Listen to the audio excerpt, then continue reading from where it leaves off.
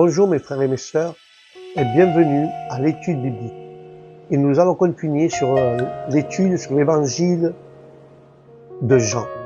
Et aujourd'hui nous allons étudier du chapitre 9 et chapitre 10.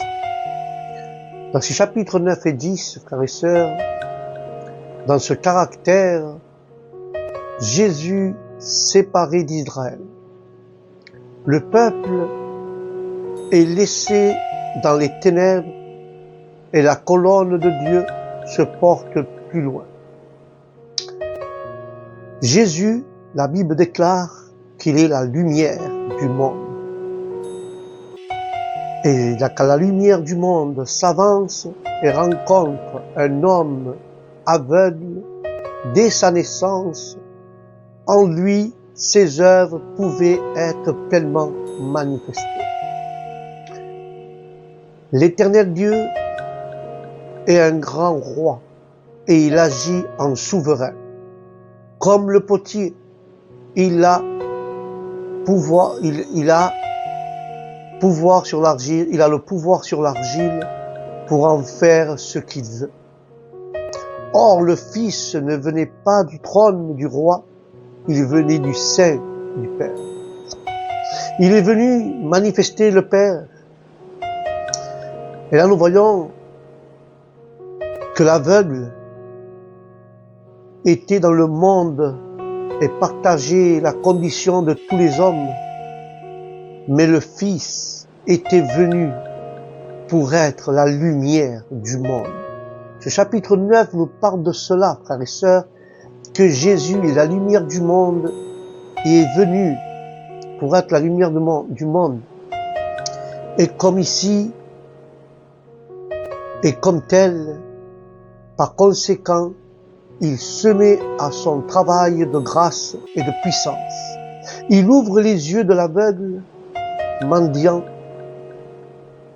Qu'est-ce que cela importait à Jérusalem? Les ténèbres qui régnaient, et quoique la lumière brillait, elle n'était pas comprise. Aussi voyons-nous qu'il amenait aux pharisiens celui qui auparavant était aveugle. Il y avait à Jérusalem une haute cour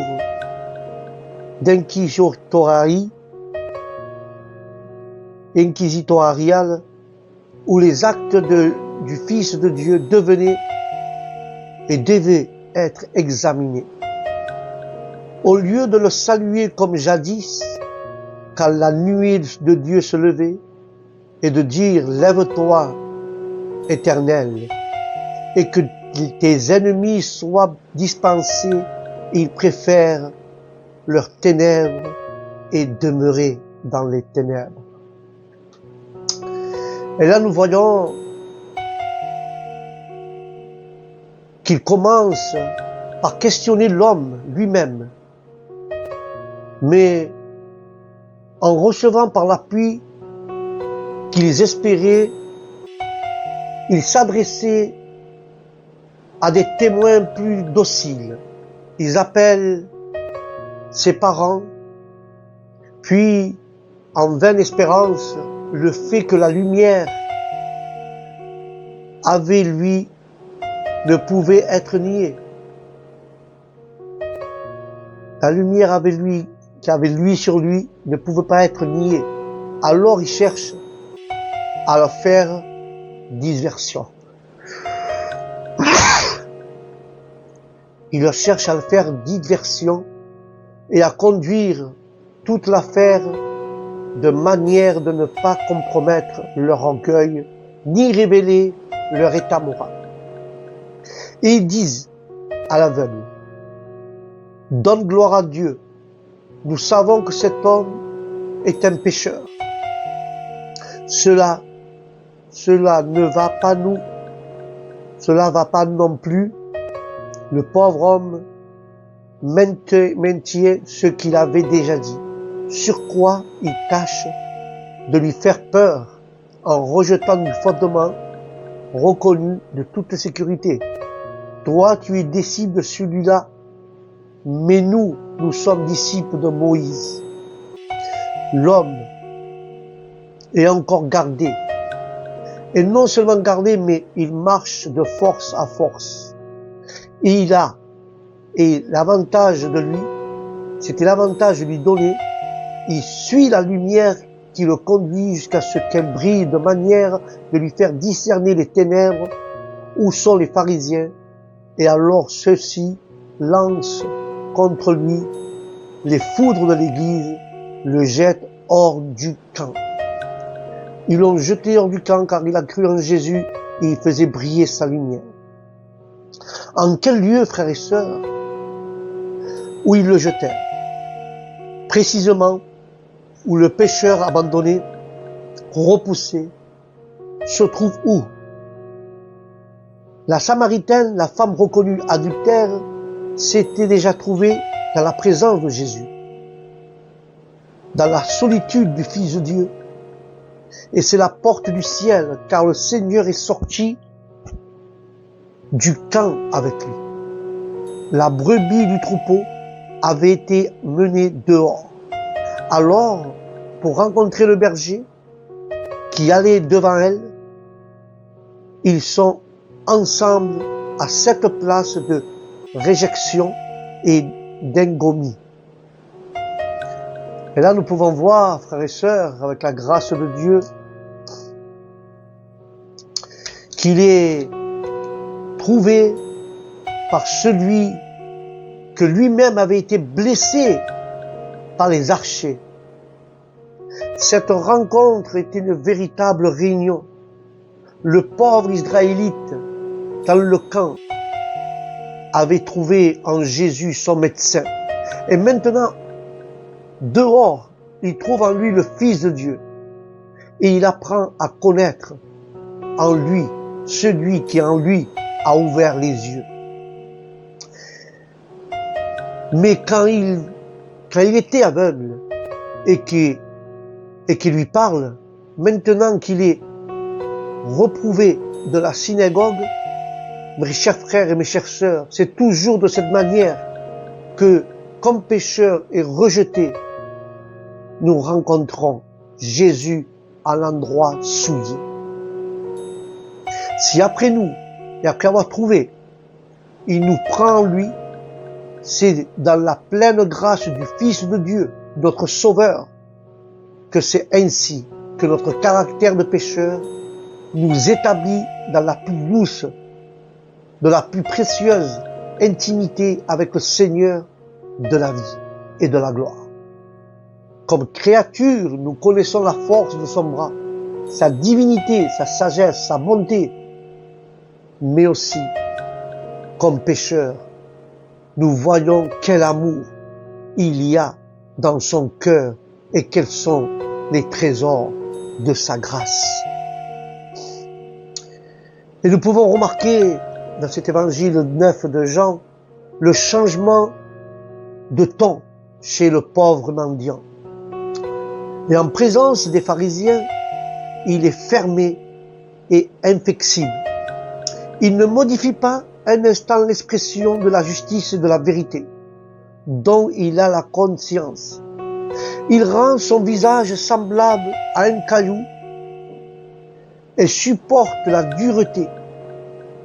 Mais dès qu'il est avec le Seigneur, il est toute humilité, en douceur, s'anéantissant, pour dire ainsi, et dire à ses pieds, quel aimable exemple d'opération du Saint-Esprit devant l'homme, l'hardise et les entendrissements de l'âme et l'attitude de l'adoration devant celui qui nous a aimés et nous a rachetés au nom de Jésus.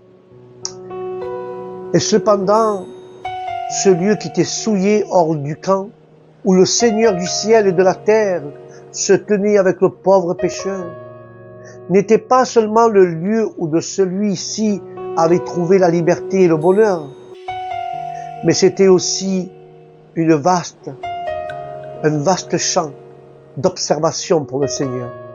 Pourtant de là, son regard sur lui-même, sur le mendiant, sur le camp d'Israël, hors duquel il est sorti avec son élu, il résume la morale de toutes ces choses dans la parabole du bon berger. Car la scène qui avait présenté le chapitre 9 montrait que Jésus était entré par la porte dans la bergerie, car il était venu faisant les œuvres du Père, prouvant ainsi qu'il possédait la confiance du maître de la bergerie, qu'il était le berger reconnu du troupeau, devenu étranger à Israël. Il lui restait comme à Moïse, dans un cas pareil, à garder les troupeaux de son père dans d'autres pâturages. Près de la montagne de Dieu, les pharisiens qui lui résistirent étaient nécessairement des voleurs et des larrons. Ils montrèrent par d'ailleurs dans la bergerie, et le pauvre mendiant était une brebis du troupeau qui, ayant refusé d'écouter la voix des étrangers, a entendu et a connu la voix de celui qui était entré par la porte, en entrant aussi par lui, qui est la porte des brebis, et en qui elle trouve la sécurité, repos et nourriture. Tout ceci se déroule dans ce que nous avons eu sous nos yeux et c'est exprimé dans la parabole du berger et des brebis, précieux commentaire de la condition nouvelle du pauvre homme qu'on avait mis hors de casse.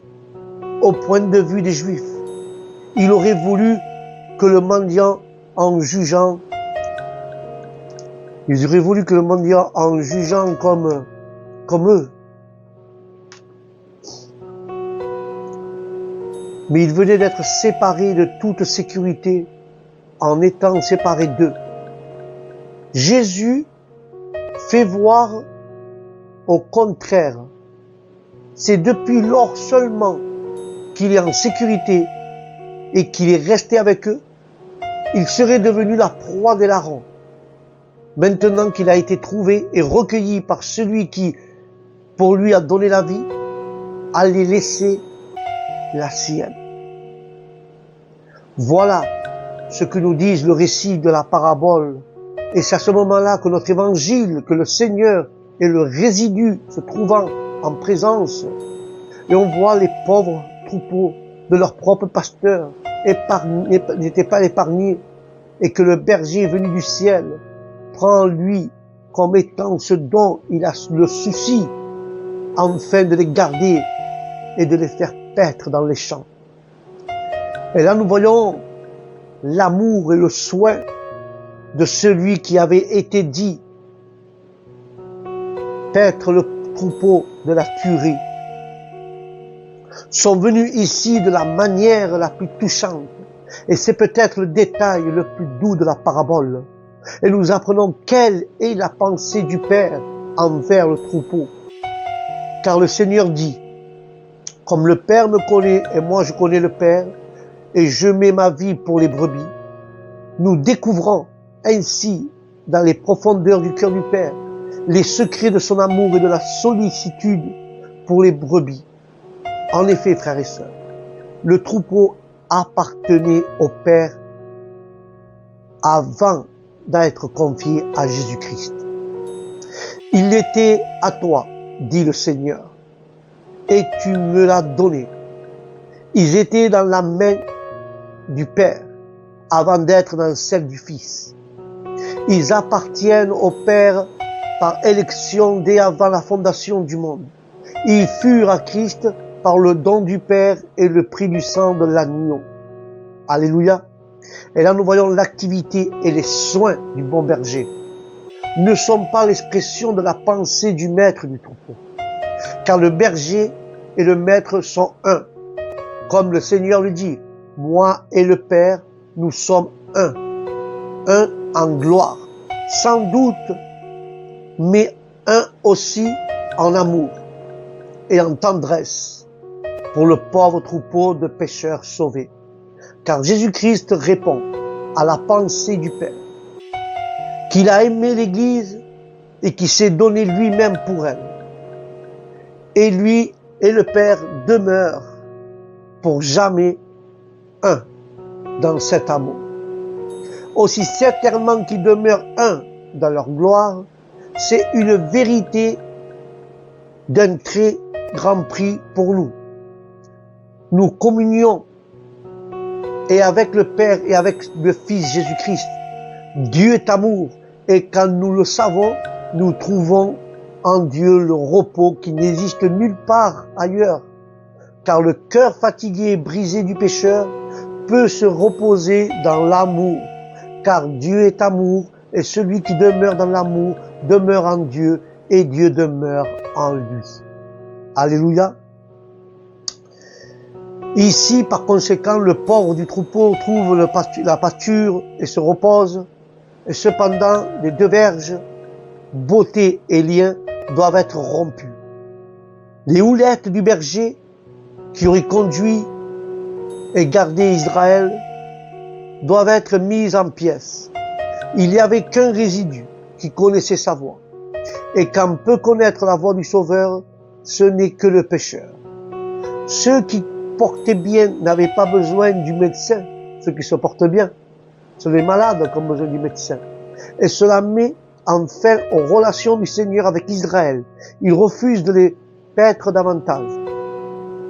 Que ce qui meurt, meurt, et ce qui périt, périsse. Alléluia. Et nous pouvons remarquer que la rupture des relations du Seigneur avec Israël est tout à fait en accord avec le caractère de l'évangile de Jean. Les Juifs cherchent à lapider Jésus parce que, étant homme, il se faisait Dieu. Dans les autres évangiles, on voit aussi l'âme d'Israël dégoûtée du Seigneur, comme l'exprime Zacharie.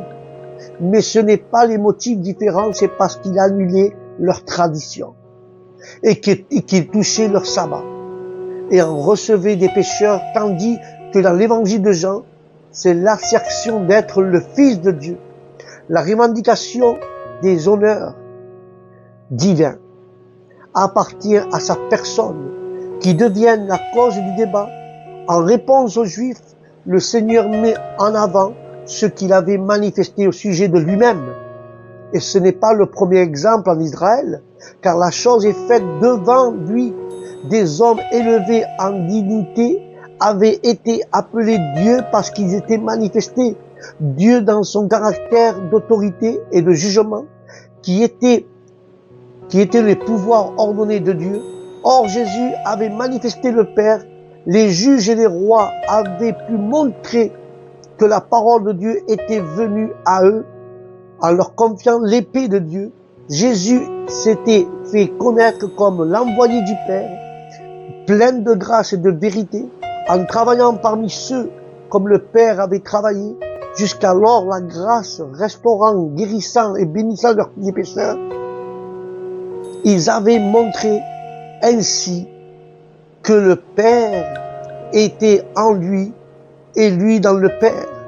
Mais leur cœur était trop endurci, car les ténèbres ne pouvaient comprendre la lumière, et Jésus doit songer à s'échapper de leurs mains et à garder sur la terre une position en dehors de la nation insoumise.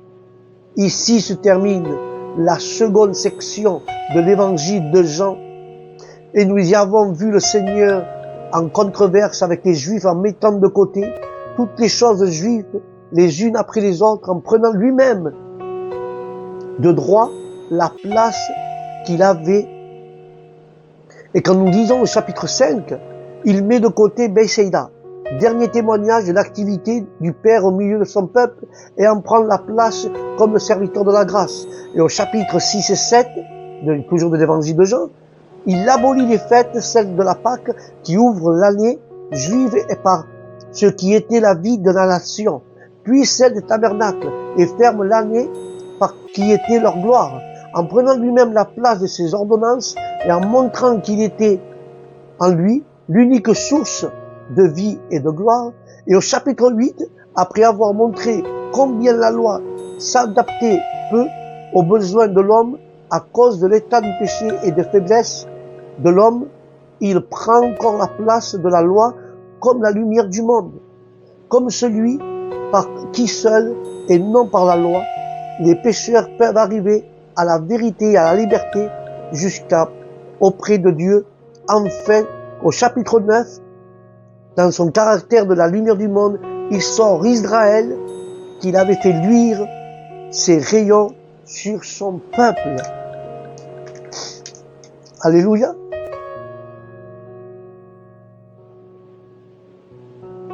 Mais, et je vais conclure avec cela, mais il n'avait pas compris. Il sort par conséquent en amenant avec lui les porcs du troupeau. Et au chapitre 10, frères et sœurs, il se montre avec eux hors du camp en laissant le pays d'Israël, comme le prophète l'avait dit, au chaos sans forme et vide. La parole de Dieu, qui aurait apporté la beauté et l'ordre, était repoussée. Et désormais le lieu dont Dieu avait jadis pris soin, sur lequel il avait en continuellement les yeux depuis le commencement de l'année jusqu'à la fin, et qu'il arrosait des pluies du ciel, ce lieu est abandonné au désert, à l'ombre de la mort. Voilà l'étude de l'évangile de Jean, chapitre 9 et 10. Aux prochaines études, le chapitre de l'évangile de Jean, nous étudierons le chapitre 11 et 12. Amen. Sur ce, frères et sœurs, je vous dis aux prochaines études avec la grâce de Dieu. Que Dieu vous bénisse, que la paix de Dieu soit avec vous et votre famille, et que la paix de Dieu vous accompagne là où vous allez. Je vous dis aux prochaines études bibliques. Shalom.